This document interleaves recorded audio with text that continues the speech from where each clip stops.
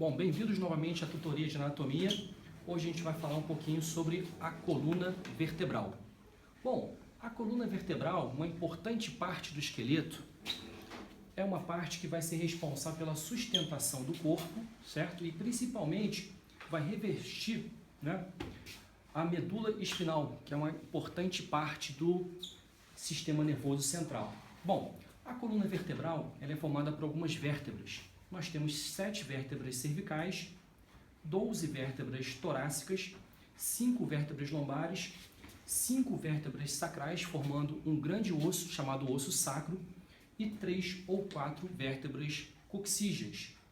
Observando a coluna vertebral lateralmente, nós podemos identificar algumas curvaturas, e a gente consegue dividir essas curvaturas em curvaturas primárias ou curvaturas secundárias.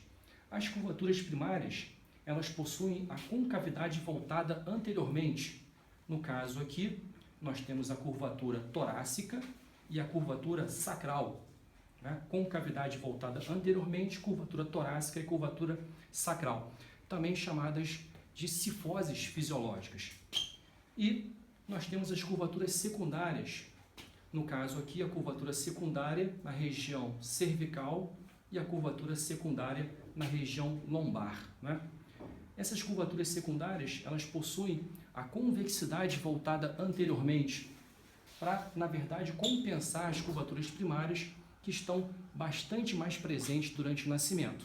Quando a criança começa a sustentar a região da cabeça, ela vai desenvolvendo a curvatura secundária na região cervical e quando ela começa a adquirir uma postura em ortostatismo, ela começa a desenvolver a curvatura secundária lombar, certo? Bom, esses são os grandes componentes da coluna vertebral. Observando as vértebras de forma especificamente, nós encontramos as vértebras cervicais, que existem algumas características que as diferenciam das outras vértebras da coluna. Se você observar uma vértebra cervical típica, você vai identificar um pequeno orifício, lateralmente ao corpo vertebral. Esse orifício é chamado de forame do processo transverso. Então, o processo transverso dessa vértebra cervical tem um pequeno orifício por onde vai passar a artéria vertebral.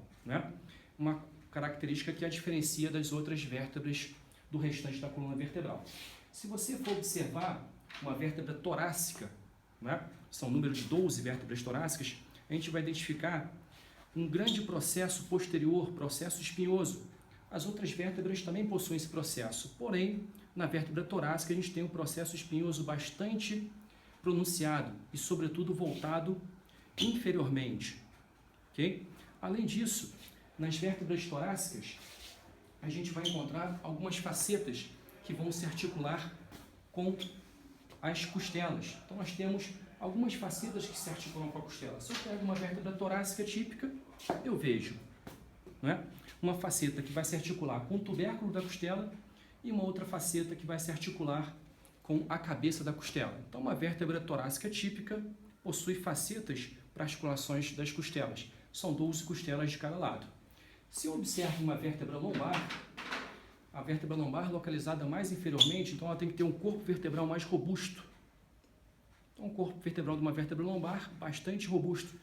E um grande orifício central, por onde vai passar a medula espinal, é um orifício triangular, o que caracteriza também uma vértebra lombar. Tem algumas pessoas que falam também que o orifício é em forma de coração.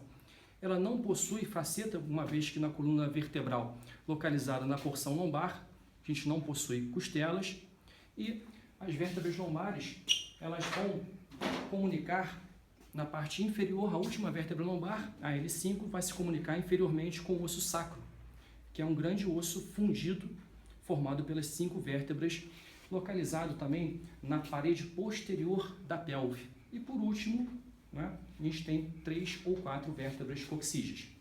Bom, esses são os componentes da coluna vertebral. Um grande abraço, até a próxima tutoria.